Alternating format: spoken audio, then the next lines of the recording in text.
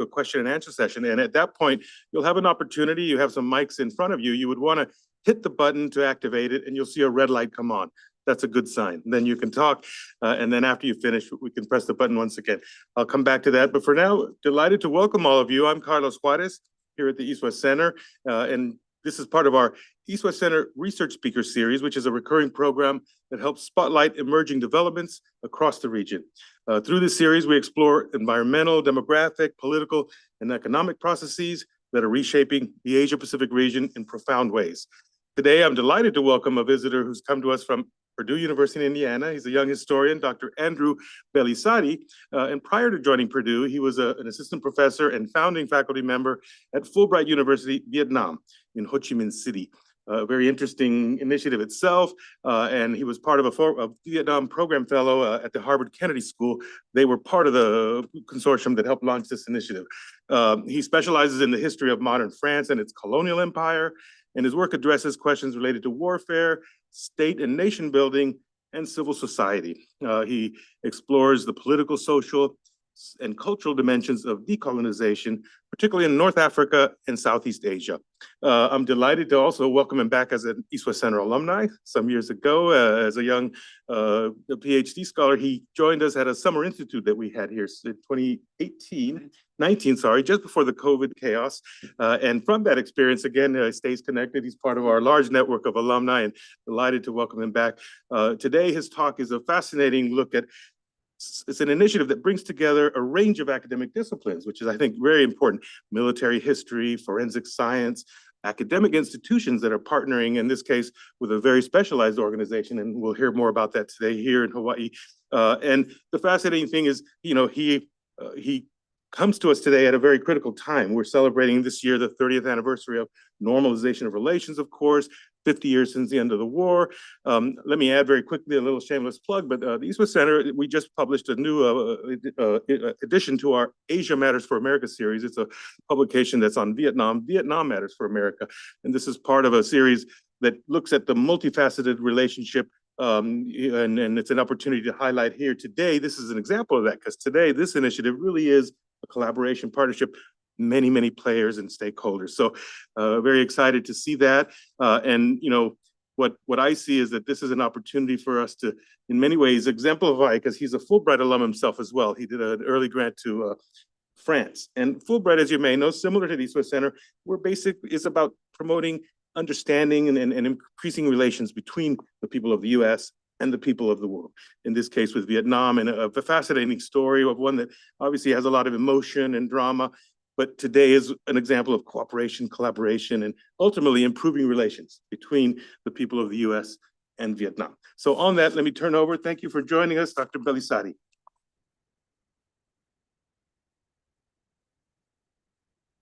Thank you, Carlos, for that wonderful introduction. My thanks to the East-West Center in general for welcoming back. It is a great honor to be here in a room where in 2019, I think I had a movie night with the Summer Institute. So never thought I'd be here presenting. It's lovely. I also want to thank Catherine Murata for the assistance in getting everything set up on the technical side of things, and to those of you in the audience. So before I get going, I just want a small disclaimer. This is a new project, very much a work in progress that I'm going to talk about today, that seeks to highlight an aspirational approach that naturally brings together different stakeholders to this issue. MIA families themselves, the federal government, local communities, foreign partners, and of course, academic institutions. In talking with some of the participants here in the room before we got started, I'm very delighted that those of you who work for the Defense POW MIA Accounting Agency have joined us here. So I warn you that nothing I might discuss today will be particularly groundbreaking for you, but I do hope to raise awareness about existing and emerging initiatives, such as that one at Purdue, in universities across the US that have leveraged resources in support of the DPAA. And so I would be glad for any insight or feedback from those of you who have joined in person or online. So I just want to point out before I get started, is it possible to have the slides on the screens here? Oh, yes, I need to share my screen. That would be helpful. I went right into it. There we go. Here we go. As I get started, I just want to highlight some individuals I'll come back to. This is a collection of unrecovered war dead from the Vietnam War from the state of Indiana, among whom there are 5 Purdue alumni who I'll highlight in a little bit more depth as I go on in the presentation. But I just want to give just a quick outline of what I want to talk about today. Since I am a historian, I think it's important to dwell a little bit on the history of the MIA recovery mission as a concept. Where did it emerge from? Because it emerges very much from the end of the Vietnam War and the particular circumstances that ended that conflict. And how they are connected very much to, as Carlos mentioned, sort of the admirable story of US and Vietnamese post-war reconciliation that we've seen emerge in the last 30 years. I'll give a quick overview of the DPAA to some of in case there are some of you who are not familiar with it. And then I want to highlight why universities, I believe, are key partners and have played and can continue to play a really important role in this overall mission. And then I want to highlight sort of what I hope to achieve at Purdue with our MIA Accounting and Recovery Coalition, or the MARC, as I'll talk about it. So yes, 2025 marks a dual anniversary, the end of the Vietnam War, but also the beginning of normalization between the United States and Vietnam, separated themselves by only 20 years. We go from April 30th, 1975, and the capture of Saigon by forces of the Democratic Republic of Vietnam and the National Liberation Front, to the signing of a protocol on normalization in 1995. And the very much the MIA recovery issue is one that emerges from, in fact, leads us from one to the other very much, perhaps more so than we may realize. Just the other day, I want to just pulling something right out of the headlines. The current Secretary of Defense met with his opposite number in Hanoi during a trip to Asia, and highlighted once again the sort of enduring commitment that both countries have to this issue of war dead recovery.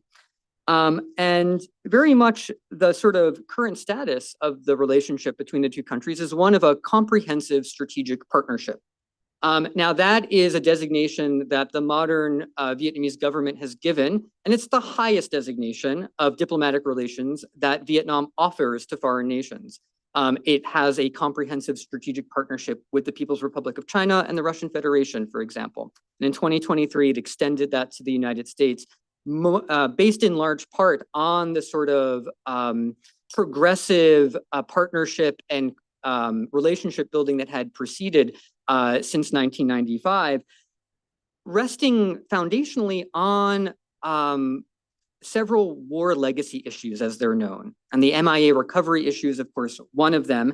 But also I want to highlight Agent Orange remediation efforts in places throughout mostly the southern part of Vietnam, such as Bien Hoa Air Base, as well as unexploded ordinance disposal, and a number of other initiatives that have affected my life directly, including an educational partnership that expanded into something known as Fulbright University Vietnam, which Carlos introduced, trade and economic partnerships, and actually, quite remarkably, regional security in the South China Sea, with a number of partnerships between the United States and Vietnam on that issue. And 50 years ago, all of that, I think, would have been quite remarkable for anyone to think as an outcome of a conflict that not just, of course, greatly tore apart Vietnamese society, but tore apart American society as well.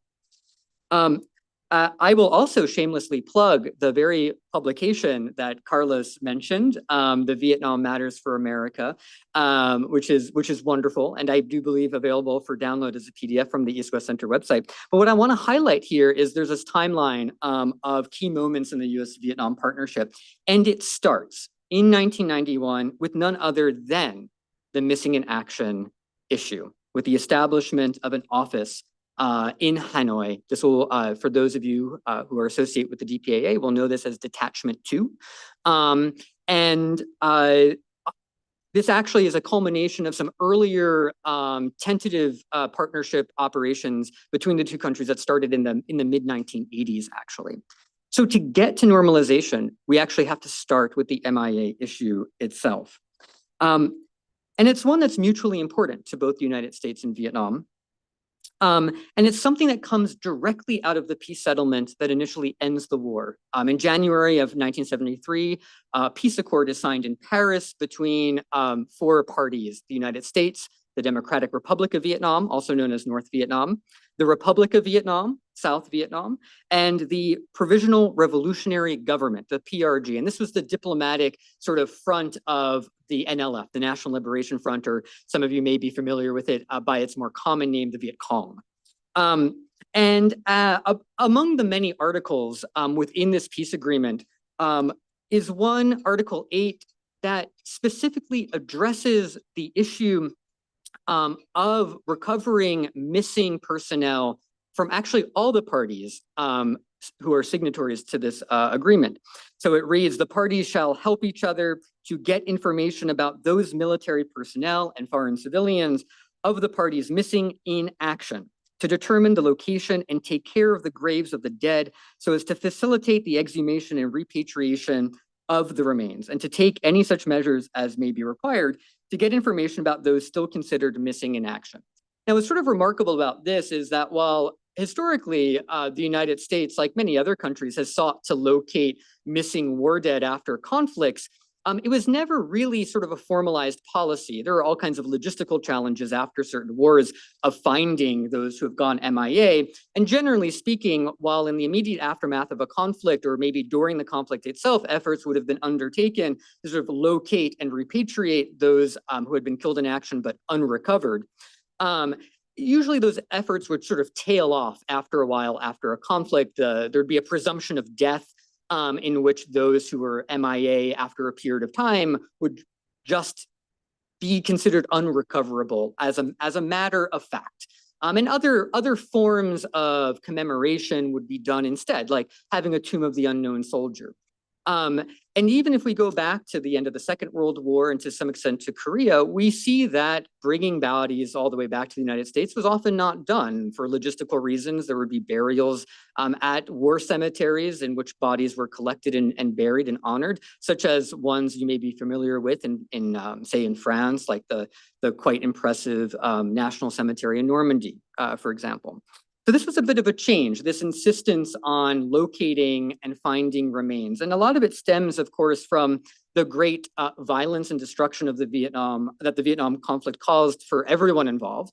So I'll just highlight here that first and foremost, the Vietnam War is a war between Vietnamese people, and they bear the brunt of fighting and dying in this conflict, more so than the United States or even its allies will.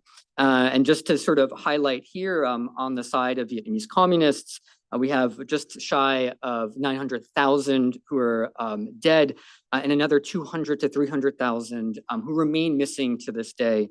The Republic of Vietnam itself suffered just over 250,000 dead in 1974. It's an incomplete number for a few reasons, because there was no real accounting after the sort of final push in the spring of 1975 to capture the southern part of Vietnam by DRV forces.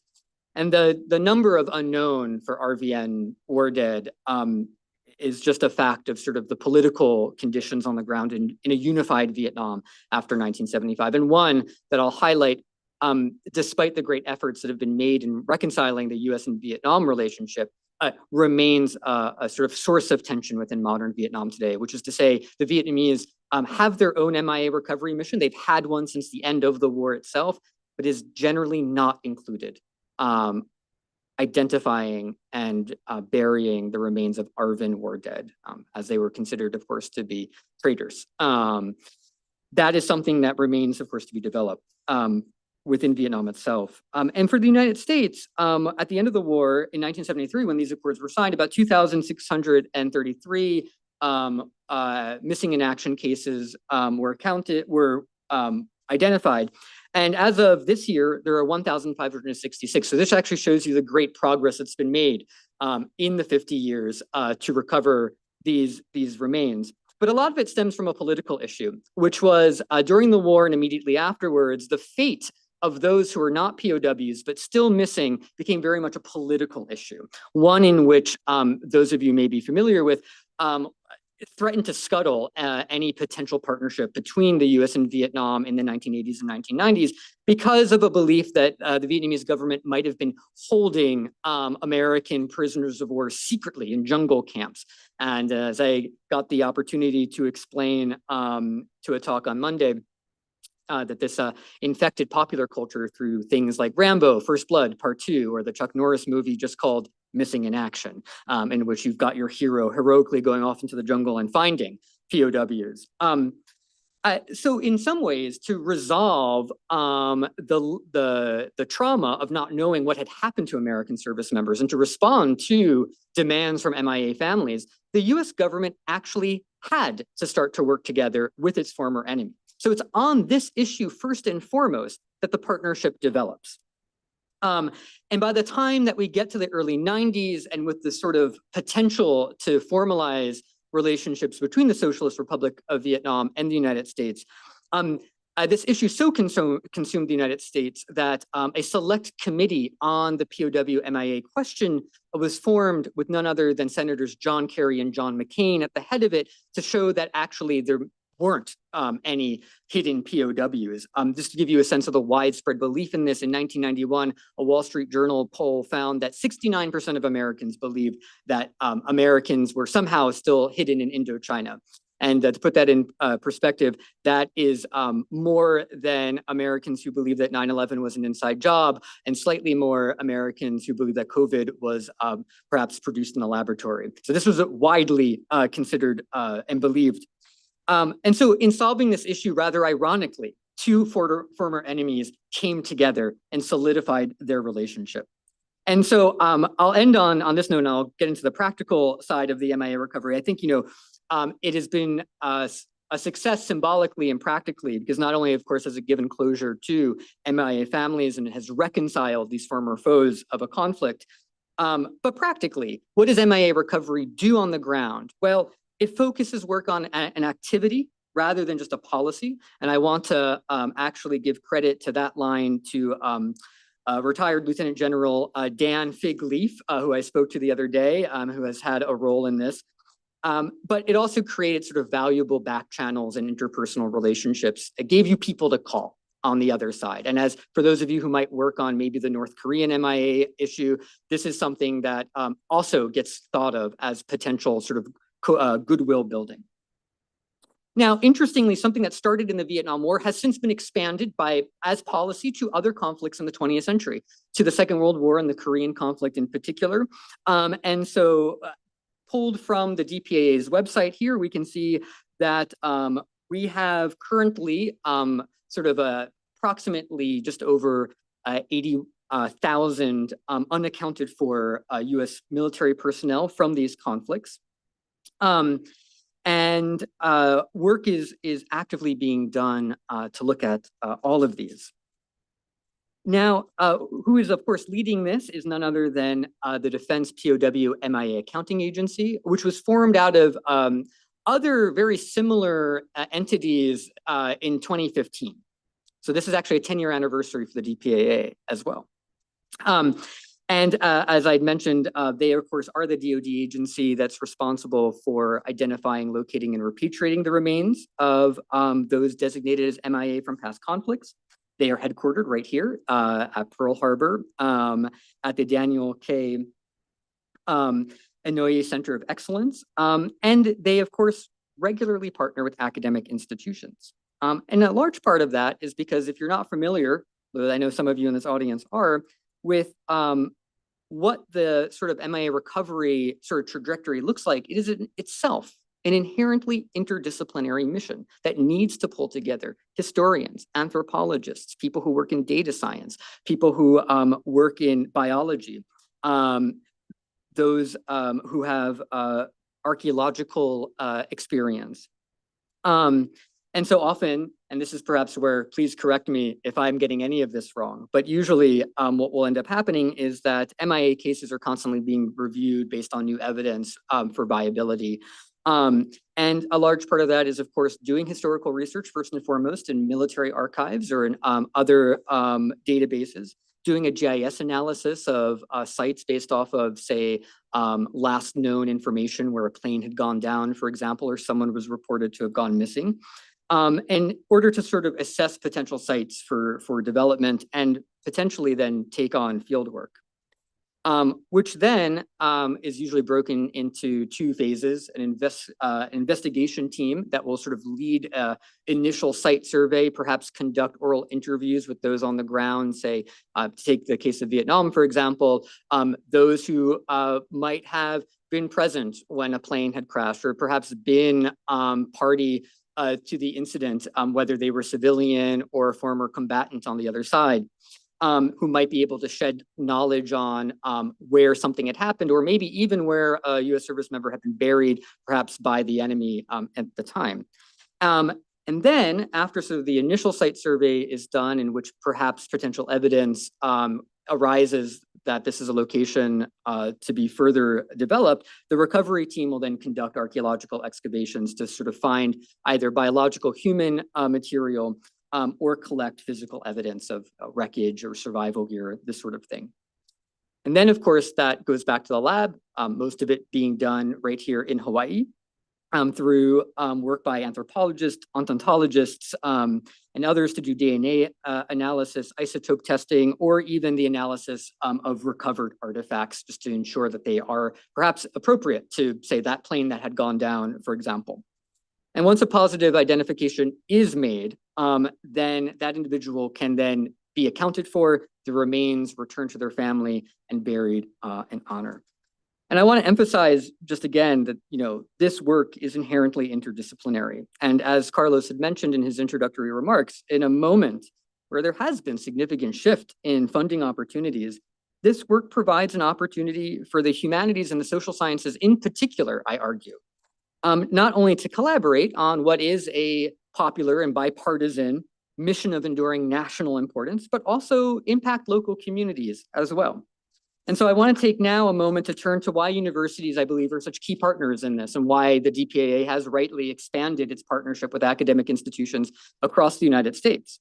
Because they naturally have all of the organic capabilities at their disposal to do and undertake this kind of work and leverage the hard sciences, the social sciences, and the humanities that is needed for exactly these kinds of missions as well.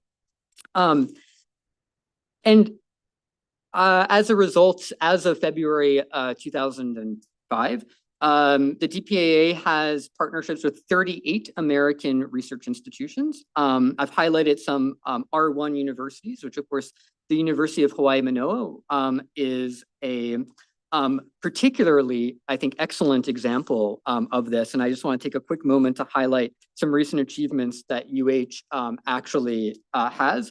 They, for a while now, have worked in partnership with UCLA on something known as the Cambodia Closure Initiative in order to locate MIA based in Cambodia.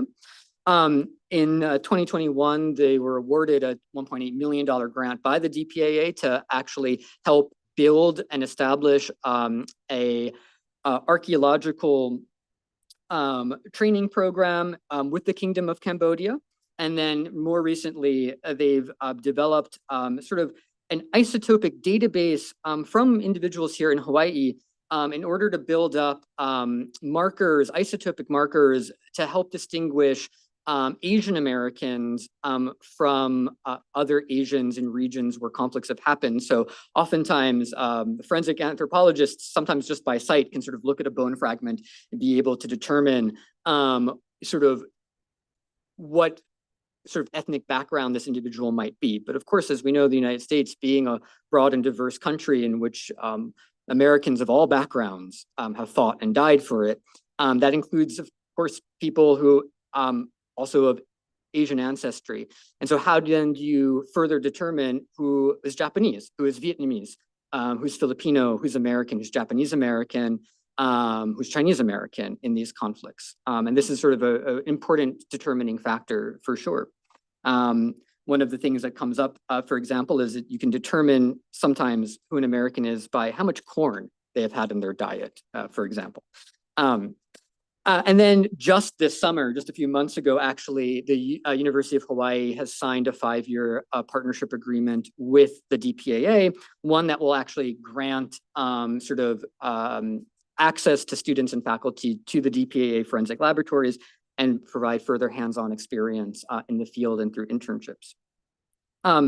This is representative of a shift that the DPAA has made in some recent years away from a contract model where maybe they would just create a partnership with, say, the isotope lab at a university, or with an archaeological program at a university, or with the archival or special collections wing of a university, in order to build out more substantial university-wide relationships in recognition that universities can pull these organic capabilities together.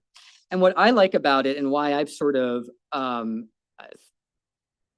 promoted this as a model for Purdue to pursue, is in part because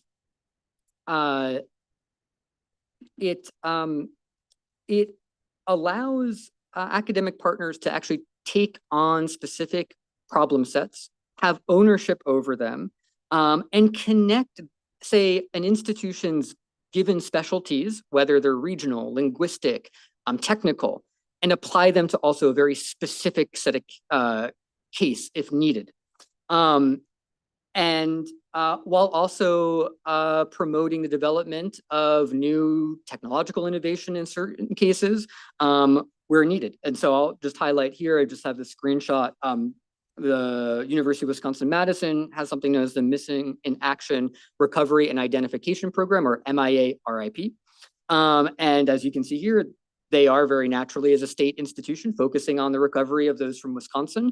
They also have a more specific focus on looking at MIA recovery from the Western theater of the Second World War, France, Italy, and Germany in particular.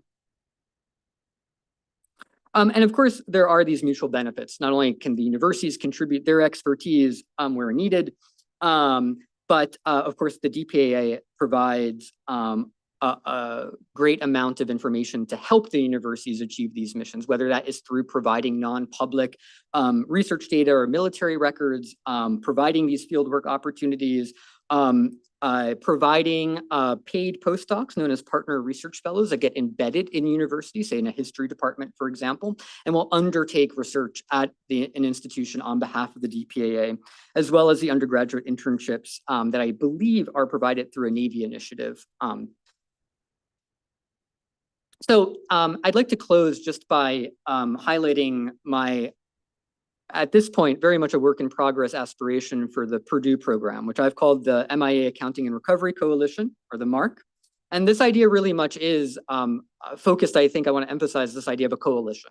You know, could we have created a center or a lab or a program? Yes. But what I wanted to hopefully highlight here is that a lot of times, even the successful DPAA partnerships with universities are still sort of focused or embedded in one department or one program. So how do you truly bring together the different capabilities and the interdisciplinary and transdisciplinary connections and conversations that need to happen in order to make this a success? And I think having a model where you could build out a research hub that is dedicated to this initiative at your university is a way in which no one necessarily has to say either give up or achieve any sort of programmatic identity, but can be partners in the mission set itself. Or at least that's the hope. So here our sort of vision would be to create, as I said, this sort of interdisciplinary research hub that will be able to leverage Purdue's particular capabilities to achieve this. In particular, of course, those of you who may be familiar with Purdue will be familiar that it is first and foremost an engineering and an aerospace university. So this is also an opportunity for those of us in the humanities or the social sciences to highlight what we can contribute to a place like Purdue. The College of Liberal Arts is vibrant at Purdue, but perhaps not always the main focus of everyone's time, attention, or more importantly, money. But truly, Purdue can provide a sort of whole of university effort, as I've seen it, in that it can bring together people from our College of Engineering, our College of Liberal Arts, our College of Science. We have the Purdue Military Research Institute. We have ROTC wings, and we of course have labs that focus on autonomous vehicle development, both for air and underwater, which will be important in just a moment. But this will just give you a sort of a sense here of what we have on offer. So I have also suggested that we begin with the Vietnam War as an initial sort of programmatic focus because it aligns with, I think, a number of priorities, both for universities and for the DPAA. The cases from the Vietnam War are smaller than from other conflicts. Record keeping was generally also better coming out of the Vietnam War. It's still not perfect, but compared to trying to identify and localize cases, say, from the Second World War, where just the nature of the conflict and the sort of constant advancing or retreating that occurs makes it more difficult to isolate cases. Based on some of my pre-existing relationships in Vietnam, I hope that this can hopefully bring an asset to Purdue and leverage those. But of course, it aligns with the DPA's own priorities, in which 70% of its operating budget is focused on Vietnam War recovery efforts. And that is, of course, in large part because there's a race against time in Southeast Asia. Those who will be familiar will know that we're at the closing of what's, I think, talked about internally as sort of the golden window, point at which sort of the witness population is getting older and dying, both in the United States and in Vietnam. It should be mentioned. Of course, the acidic soil in Southeast Asia really does quickly erode biological evidence. And there's rapid urbanization in Vietnam. What was a jungle 50 years ago is probably on the outskirts of the ever-growing and dynamic Ho Chi Minh City. And those who are familiar with, say, cases from the Second World War, in the wake of that conflict in 1945, Europe rebuilds, cities expand, parking lots go over things that were once battle sites. And that's just harder to excavate in the long term. And of course, taking this moment of both the 50th anniversary of the end of the war and the 30th anniversary of diplomatic relations to sort of leverage the great bipartisan support and funding, perhaps, that exists right now. We're in this moment where none of this stuff is, of course, taken for granted, but this is something that continues to engage all of its stakeholders very earnestly. And that's something I think that we need to take advantage of. And of course, the Vietnamese government is highly supportive of this mission too. It is something that they quite like, and also because we help support their own efforts. And that's also something worth highlighting as well. And also because for Purdue, as I mentioned earlier, we have what I think is a somber but important sort of set of cases to look at. We've got 5 Purdue alumni who all were pilots from the Air Force and the Navy, who were shot down mostly over North Vietnam during the war, and whose remains were not recovered.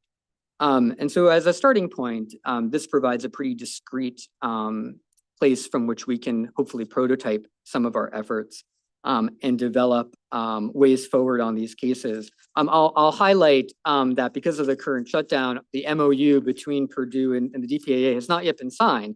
But once it is, my understanding is that we'll be able to submit these cases for review and approval, at which point the DPAA will begin to provide some more detailed information on these cases. Right now, we're just going off of what we sort of have publicly available to us to build out some general profiles.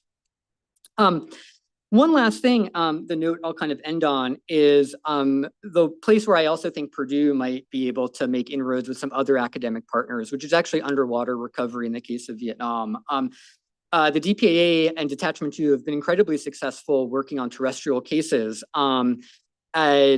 But underwater cases, just for time and resources, have mostly gone underdeveloped and remain sort of an important target of opportunity moving forward. Now, part of that, I think, is because underwater cases, my understanding is, are generally categorized as non-recoverable just by sort of way of general policy.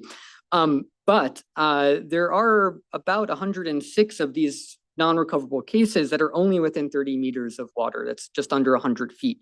I don't scuba dive myself, but my sense is from those who do that that's a perfectly reasonable depth at which to operate from. You don't need too much specialized equipment.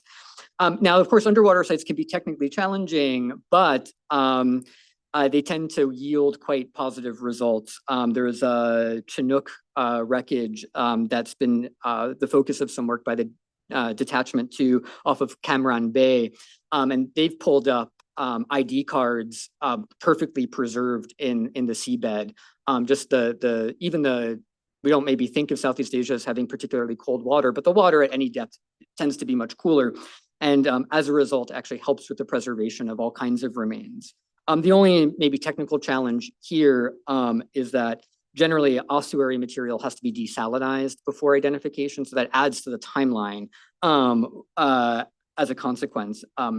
But this is an opportunity where I think Purdue can sort of marry its technological engineering skills with historical research skills to develop some of these cases, in particular because one of these MIA cases, Lieutenant Charles Nokel, is an underwater case, but only I looked up the depth charts, and I believe based on the MGRS, the military grid reference system that is associated with his crash, it's about 52 feet of water.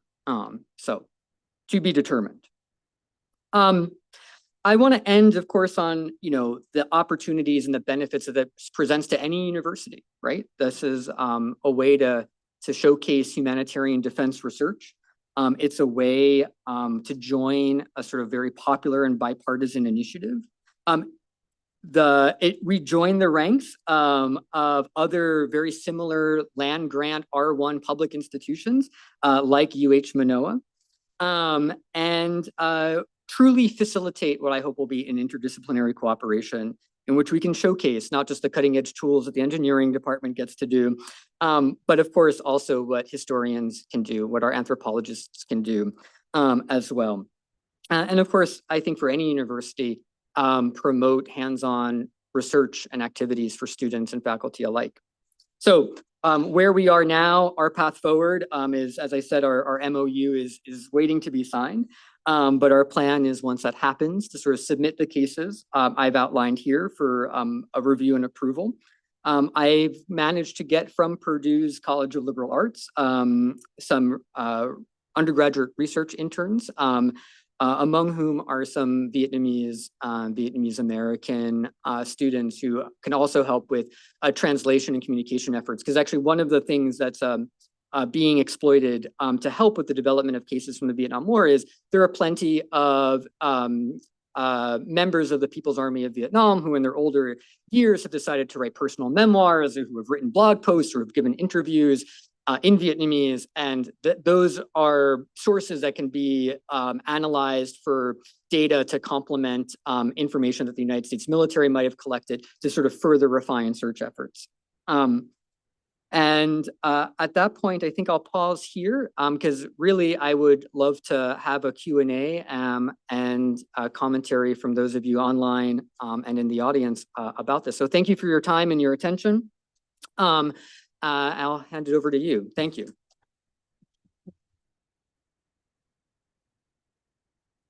Thank you so much. And what we're going to do is turn over, of course, to engaging a Q&A. We have some folks online, and so what I'm going to do is alternate, taking some from in-house here and some online. And let me open it now. Those of you who are here with us today, if anybody would care to start or have a question, please go ahead. Oh, push the only one right in the middle, and you'll see a red light come on right there. Yes. Thank you.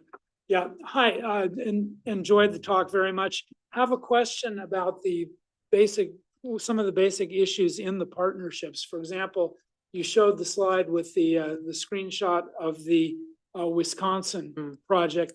To what extent are these programs within the universities global, or are they just looking for favorite native sons, so to speak? Yeah, that's a good question. I mean, a lot of this is just sort of anecdotal or from what I've gathered, just by sort of looking and having some conversations with people. I think it makes sense, of course, to start local. That's how you get buy-in from the university. It's how you get buy-in from the local community. It's how you get buy-in if you're looking for supplementary forms of funding, right? So I think there's a practical concern there. This is maybe a question I might have back to those of you associated with the DPAA is as to what extent is that something that's being looked for, or do you sort of hope that universities could just sort of take on any promising development and sort of run with it? And because that would be good information, of course, to have. Yeah, I can respond to that. I think that the more global approach would probably be more profitable in the end. I worry in reading the records of these men who died in these wars. They move around in their lives, and just because somebody signed up for joined the army from Indiana doesn't mean that's where he's from.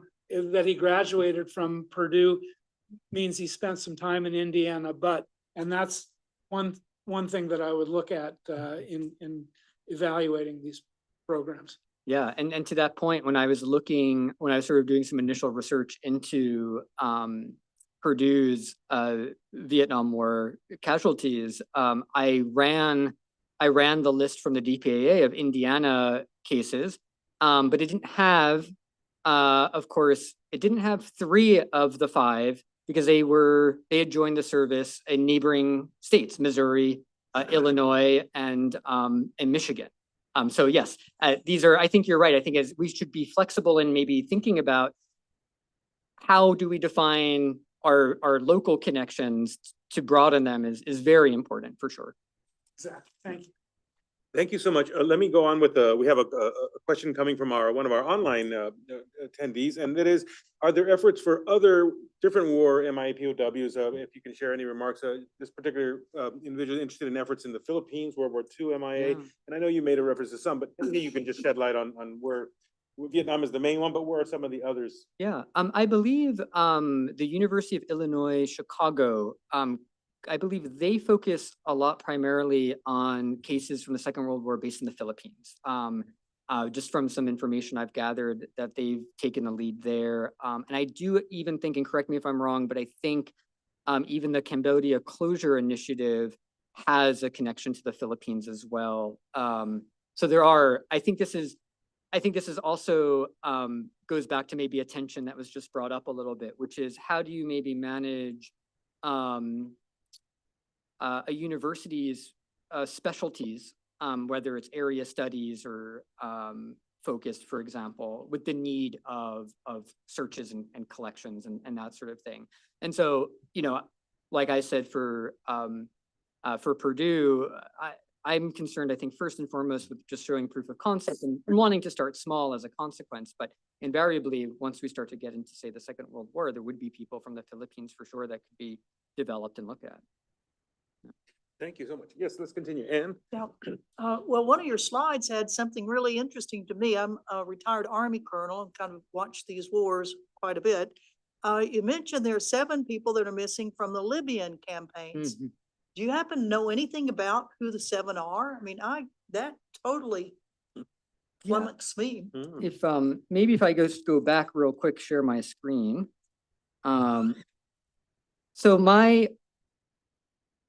And there are probably other people here who will be more expert, but my sense is, so it's not just the Libya conflict, but it's the Gulf Wars as well. So that number is inclusive of some other conflicts.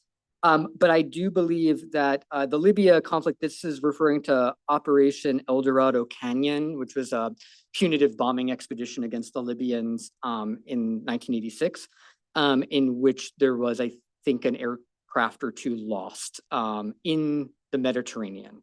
The other ones, I believe, are also pilot cases that are located in the Persian Gulf. Yeah. Let me continue with another online. We have Hanmin Bui from UC Berkeley is asking about, we've heard now she's first acknowledging a wonderful presentation, but since you discussed the role that US universities can play in this mission, what about Vietnamese institutions?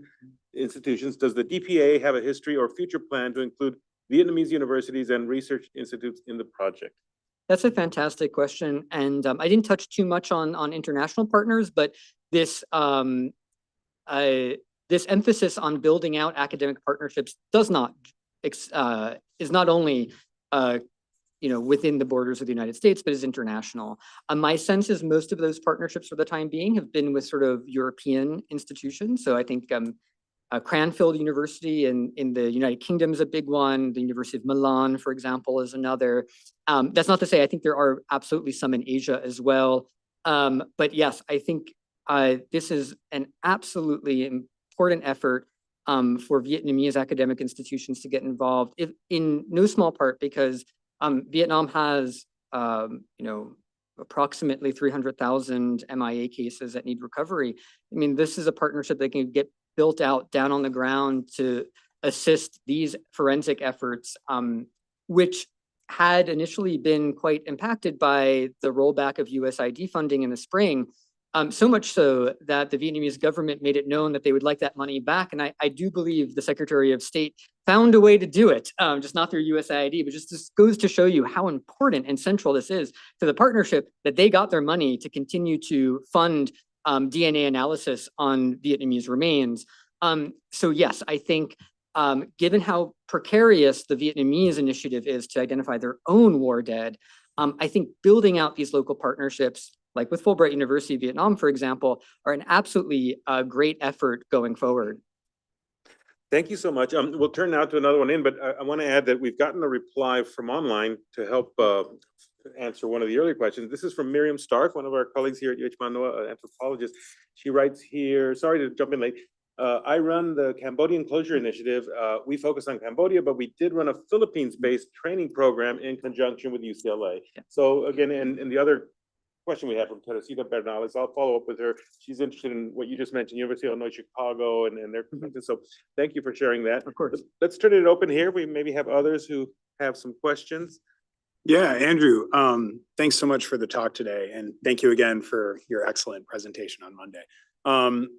So naturally, the focus of this is on US-Vietnam relationships, US-Vietnam efforts to attend to both Vietnamese and American missing in action. But as you know, and as I'm sure many of us know, this was a conflict that was fought in Laos and Cambodia as well. I've heard, this is the first time I've ever heard about the Cambodia Closure Initiative, so clearly there's something there. But I'm curious if you can at all speak to how geopolitical relationships that may or may not be present with regards to Cambodia and Laos are at all changing how this process is working, how regional priorities between the US and Vietnam may differ, and how the repatriation of bodies, both Laotian, Cambodian, and or American, is shaping up in those countries at all. That's a great question. So I think to respond, there's a few ways we can probably think of it. One is just organizational. You had heard me talk about Detachment 2, which is the DPAA military detachment based out of Hanoi, and one of the oldest MIA recovery detachments in the region. Originally, the initiative was based out of Thailand immediately after the war. But there are other detachments. There's 1 and 3 as well, and they focus on Laos and Cambodia. Sometimes those efforts, my understanding, have to do with just freedom of movement. Let's say, to take the Lao case, for example, is a little bit more restricted in terms of what the Lao government will let certain types of personnel do. In particular, going to border areas, transportation, permits, and things like this. So that can affect efforts. The Vietnamese government, my understanding is generally quite permissive with what the United States can do in terms of operating. And of course, so much of this is based on local partnerships, not just with, say, our peer military personnel, like within the Vietnamese or Lao army, but as I think I mentioned on Monday, so much of this is also heavily dependent on just local labor, particularly of women, local women who do a lot of the dry and wet screening, and who are do this in regions year after year, season after season, as well. And that's also a sort of important component. I'm not as familiar, and perhaps someone here in the audience or online might be able to respond as to sort of whether there are similar Laos and Cambodia specific MIA missions for their own war dead. Because what's interesting about the Vietnam case is the Vietnamese Office for Seeking Missing Persons, which is the official name of their component, was created in 1973 out of the Paris Peace Accord. So they have had that operating for as long as we have had missions operating for. I don't know if Laos and Cambodia set those up. I would say, at least in the case of Cambodia, anything after 1975, very, very, very difficult to probably say that there was any institution like that. As for the Lao, I'm not quite sure. Thank you.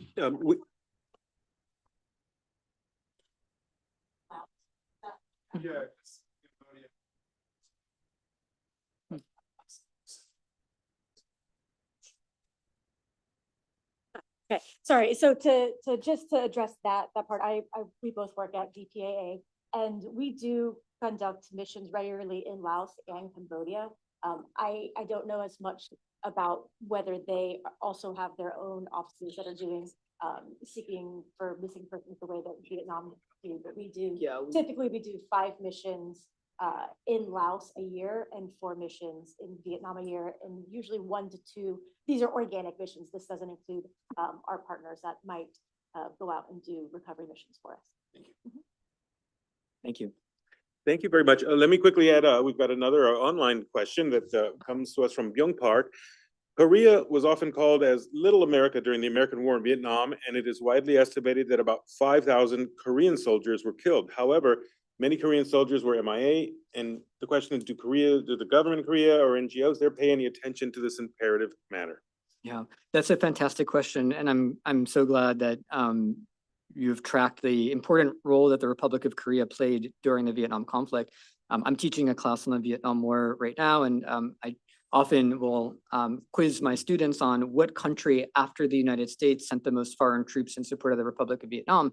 And they never guessed Korea with 300,000 combat troops at their height of their deployment. As you note, they have MIA cases as well.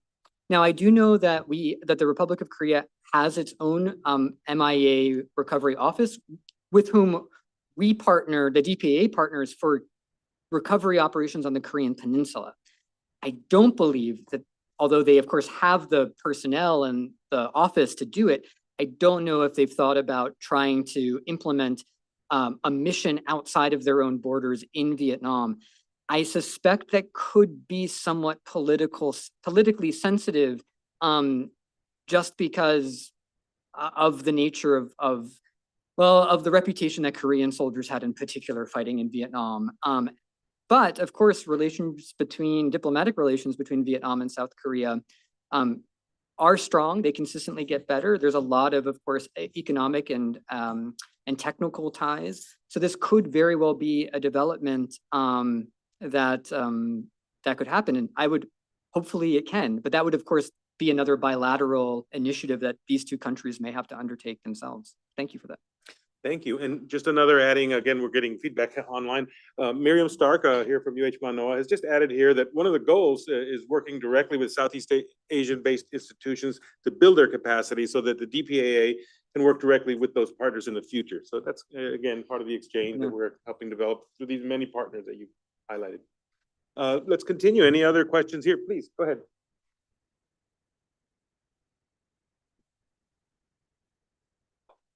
Thank you for interesting presentation. Do you have any timeline for completing MIA mission?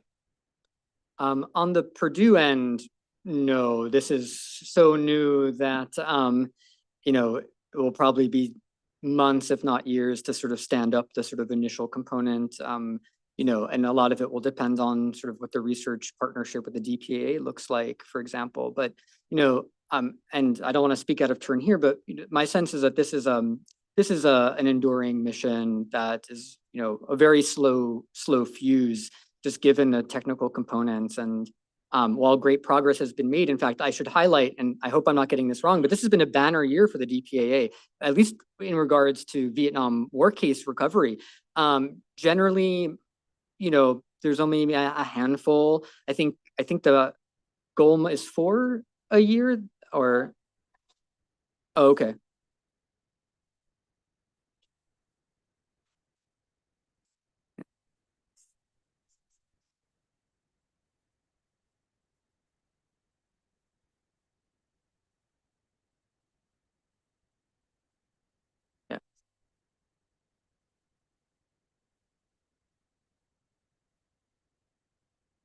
Yeah, which is remarkable. And I think, my hope is that there are lots of stakeholders that can play different roles here, but if the sort of trend of bringing on academic partners and NGOs and other partners just in general continues, then hopefully that just accelerates the timeline as more people get involved and assist. But there's more work than I think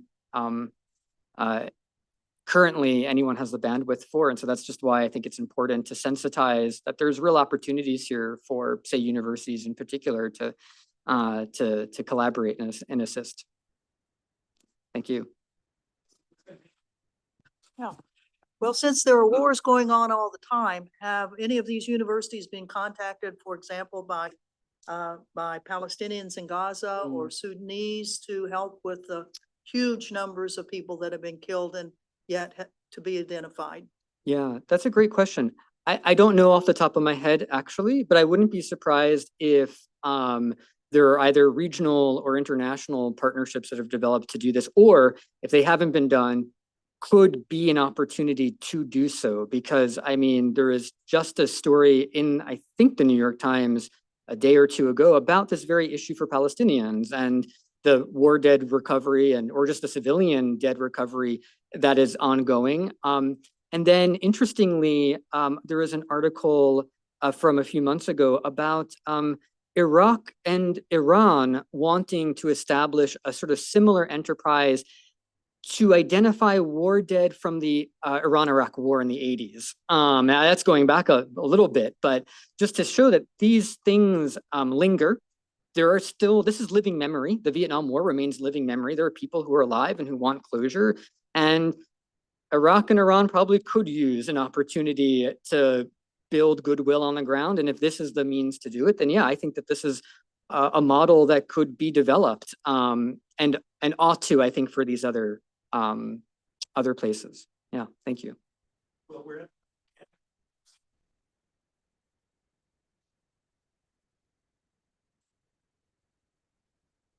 do you see any possibility of creating some kind of international coalition where, I'm not going to say you have something that goes worldwide, but you have specific regions like European, Asian, etc.?